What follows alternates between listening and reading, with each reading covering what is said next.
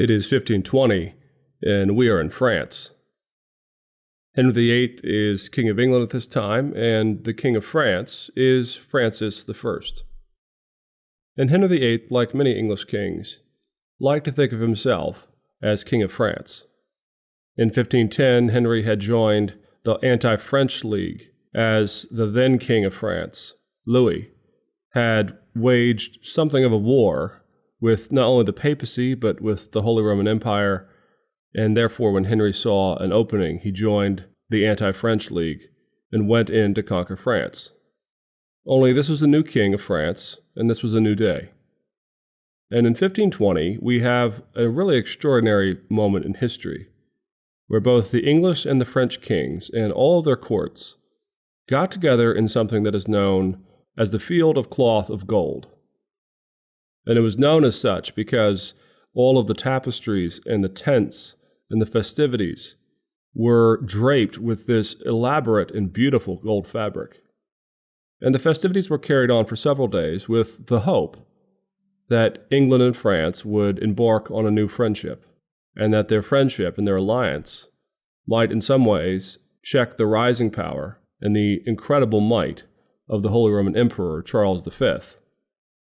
And the quest for friendship was really punctuated by a strange moment, at least by modern eyes, in which Henry and Francis end up in the middle of a ring having a wrestling match.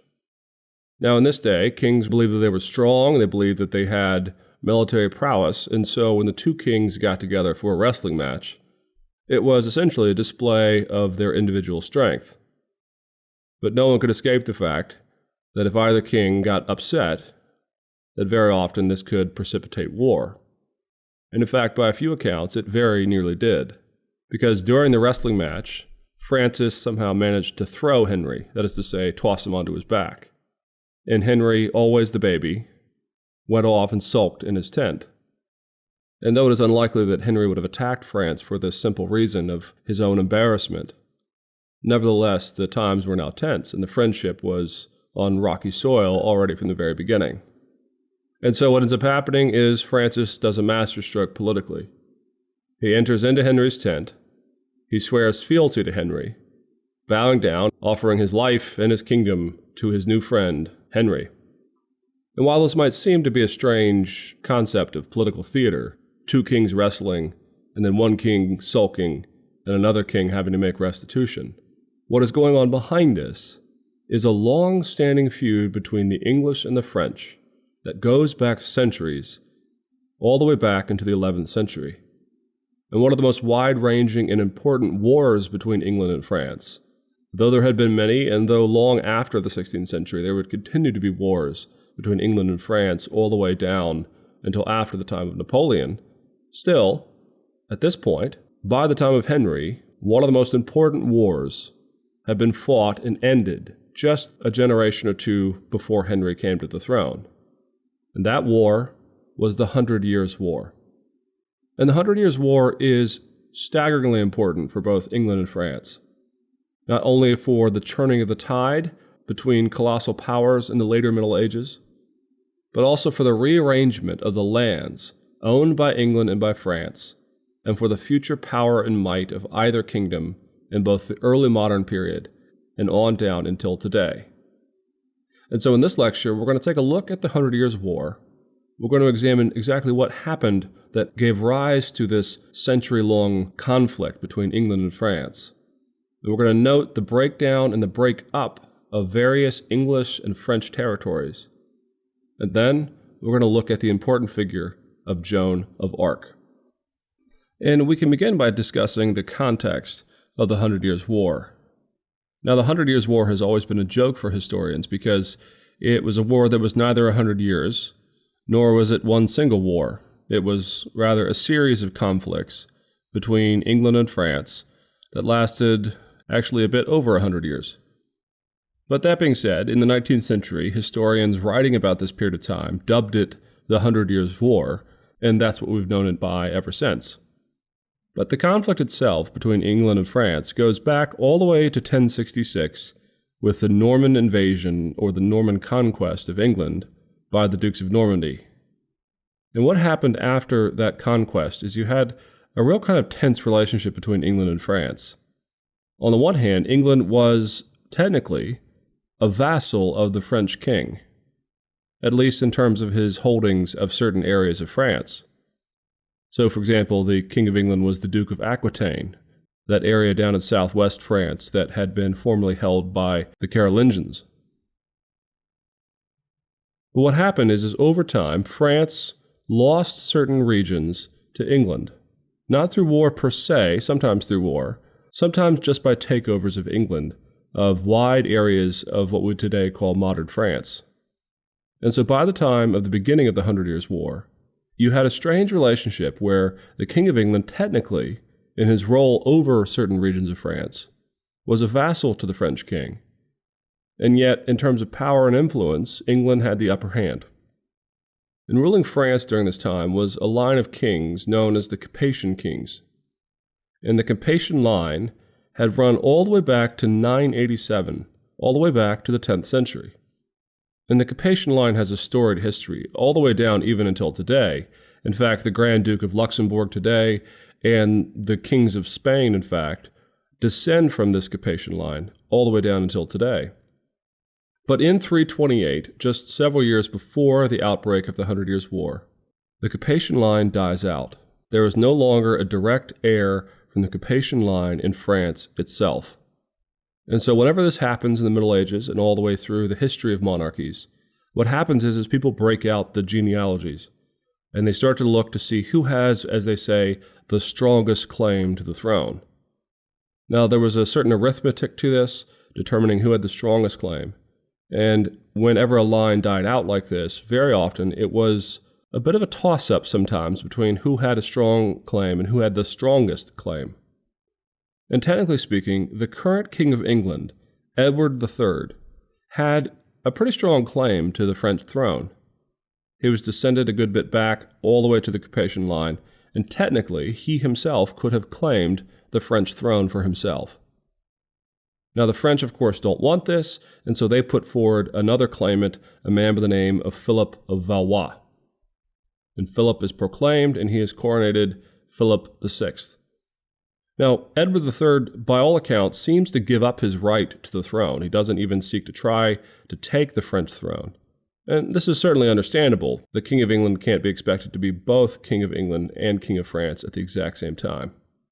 However, what precipitated the war, and what precipitated Edward III finally claiming the French throne for himself, at least by name, was the fact that over the period of time from roughly the Norman conquest and the height of the English claim over French territories, what has happened is England has lost territory in France all the way down until all that it has at this point is the area of Gascony. And just as Philip VI comes to the throne, what happens is Philip decides that Gascony should be part of the French territories. And so in 1337, Philip claims Gascony for himself, and he does so on the precedent that England and the English king have not been proper vassals to the French king, and therefore they have rescinded their rights over this last territory. And so in 1337, the 100 Years' War begins. And by and large, it really was not much of a contest. For much of the 100 Years' War, England wipes the floor with France. By most accounts, England has a superior armed force, and they have superior tactics. And for the first period of the war, from 1337 down until 1360, Edward takes a unique tactic for medieval warfare at this time, which is that Edward does not seek to have a series of pitched and bloodied battles where all the forces come crashing together in one fell swoop and see who wins. What Edward does instead is he has a series of skirmish wars. He attacks, he retreats. He attacks, he retreats. And what he seeks to do by doing this is to demoralize the French and their desire to even wage war against the English. Edward also manages to create an alliance with Flanders. Stupid Flanders. And what he does is by partnering with the area of Flanders, Edward manages to have a home base there on the continent where he can launch a series of naval attacks on ports and where he has a quick strike location to most of the areas of France. And the two most important battles during this period are the Battle of Crécy and the Battle of Poitiers. And the Battle of Crécy was in 1346, and the Battle of Poitiers was in 1356. Both are major battles, and both are decisive routs for the English over the French. And so during this period of time, as England is winning decisive battles over the French, what happens is the locals end up rebelling. And so from 1357 to 1358, there is actually a series of peasant wars in the French countryside and around the city of Paris. The peasants are upset that France is losing, that it's losing decisively. And so in 1360, there is signed the Treaty of Bretigny, which was a treaty that was entirely lopsided, all in favor of the English, and very little was in favor of the French. And the French king was essentially forced to do this. The military losses and now the riots by the peasants were simply too much for the French king to endure. And the treaty again was very English favorable. That is to say, England was allowed to keep most of the lands that it had conquered, including the pivotal city of Calais. England no longer has to refer to itself as a French vassal. And more importantly, at the Battle of Poitiers, the English had managed to capture the French king. And with the treaty, they ransomed the king back to the French people for an enormous sum of money. And essentially, over a period of time, the only thing that the French managed to get back in return is that the English king would cease to call himself the heir to the French throne. So at this point, England has essentially won at least the most decisive parts of the beginning of the 100 Years' War. And as often happens in human history, the treaty, while verbose and grandiose in its desires to have both sides cease their fighting, in fact, England and France did not manage to call a full truce, and the hostilities for the next 9 years only continued to escalate. And so in 1369, the battle between England and France resumed. And on the side of England in 1413, there rose to the throne one of the most important English kings in all of English history. And that king was Henry V. The king so important and his legacy so large that he is enshrined in one of Shakespeare's most famous plays, named after him, the play Henry V. And Henry takes the fight to France. Henry takes on a different tactic, in fact, than Edward III. Rather than embarking on skirmishes, on hit-and-run campaigns, Henry V actually takes a systematic approach to the occupation of France. And perhaps the most important technological advance that occurs right about this time that actually gives England the victories is the adoption of the longbow. Now, the longbow's history is a bit shrouded in mystery. We think it was invented in the area of Wales, and that it was then subsequently adopted into the English army. But you recall in our lecture on knights and chivalry that the knight, the mounted knight, had both advantages and disadvantages. The principal advantage is that it was very difficult to beat a mounted man if you were a common foot soldier. He was higher than you, he had the value of the horse, he could slam into you. Often horses would be trained to kick and bite and do all kinds of things in war as well. And of course with the lance, a knight barreling down upon you, you on the ground on your own 2 feet, really didn't stand much of a chance. The only projectiles in war that were any potential advantage against a knight was both a short bow, a short stubby bow that would fire off a small arrow, had the unfortunate disadvantage of being unable really to pierce knightly armor, whether it was plate or chainmail. You just couldn't get enough velocity off of this thing. The crossbow had enough velocity, but the crossbow then was a really seriously cumbersome contraption. You could fire a bolt and you could have a certain amount of lethal impact if it struck true. The problem was it then took you any number of seconds, if not half a minute, to rearm the thing. Meanwhile, the knight is barreling down upon you. With the adoption of the longbow, however, into the English army, this advance essentially neutralized the speed and the power and the armor of the mounted knight. Not only that, but relatively speaking, compared to the knight, it was dirt cheap. Longbows could be fashioned out of all kinds of pieces of wood.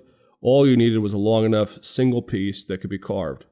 You could get enough velocity out of the arrows, they could pierce all kinds of things, and as we've seen in innumerable movies, a volley of arrows could, from a very far distance, be rained down upon enemy lines from the back lines. And Henry V uses the longbow to bloody and bruise the French armies. He demoralizes them. There are arrows raining down. If the knights charge, they are easily picked off by these longbowmen. And essentially, for the first time in medieval history at least, your average foot soldier stood a chance against a mounted knight.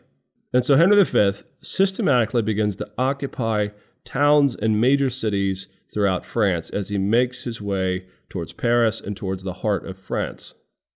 And there is a decisive battle in 1415, which is the Battle of Agincourt. And this battle is again won overwhelmingly by the English.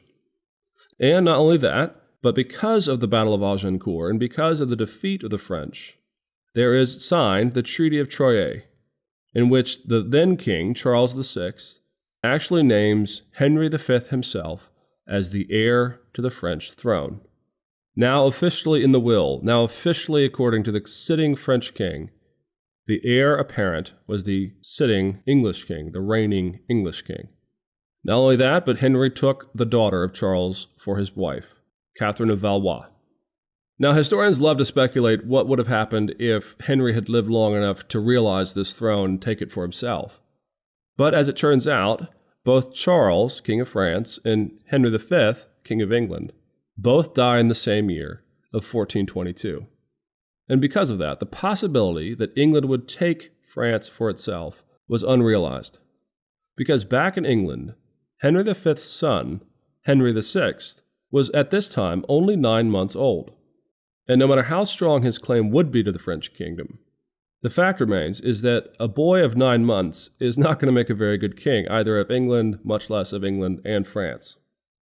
Now, throughout the story of the 100 Years' War, we've been saying repeatedly that the English were essentially wiping the floor with France.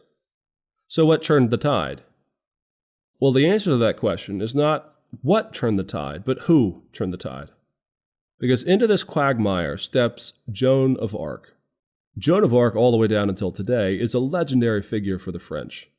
Her role in ending the 100 Years' War, in salvaging France from near total annihilation in some senses, plus her colorful character as this cross-dressing peasant woman who put on men's armor and went off to war in an effort to beat the English, has a certain panache to it that has drawn people for centuries.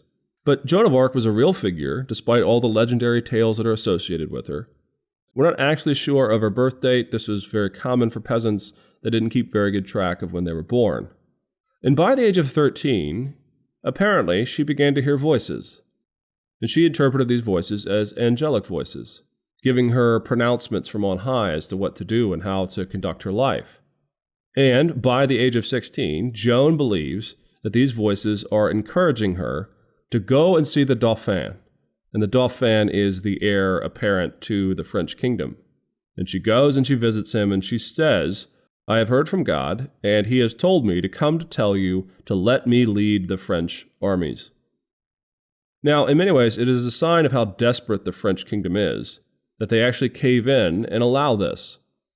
The French king doesn't simply give her full control over the entire army, but he does allow her to go be sort of a figurehead over the army. And then he asks his noblemen to sort of keep an eye on this. And she goes out to the armies, and Joan stresses that if they are going to protect France, and if they are going to win the war, then they need to take two strategic cities, the city of Orleans and the city of Reims. And these two cities are very important because if you remember back to our lectures on the Merovingians and on the reign of Charlemagne, these cities have a historic past that goes all the way back to the Frankish kingdoms. Orleans was a powerhouse. It was where a significant number of dynasties based their power out of. And the city of Reims was all the way down until the French Revolution ended the French monarchy, the location where the French king was always coronated.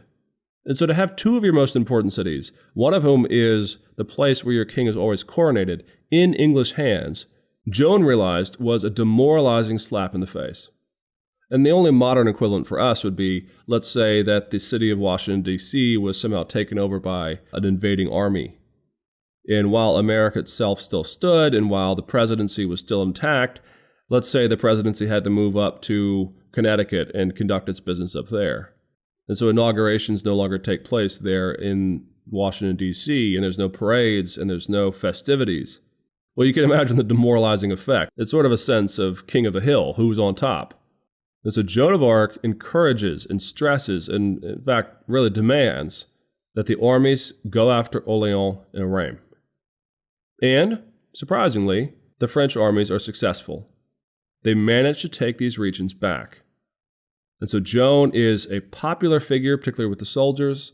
There is just something about late medieval life, late medieval religion, that they believe that if someone has heard visions and now not only heard visions, but has brought success and victory to the French in a way that it had not before, suddenly the word of Joan of Arc was to be listened to.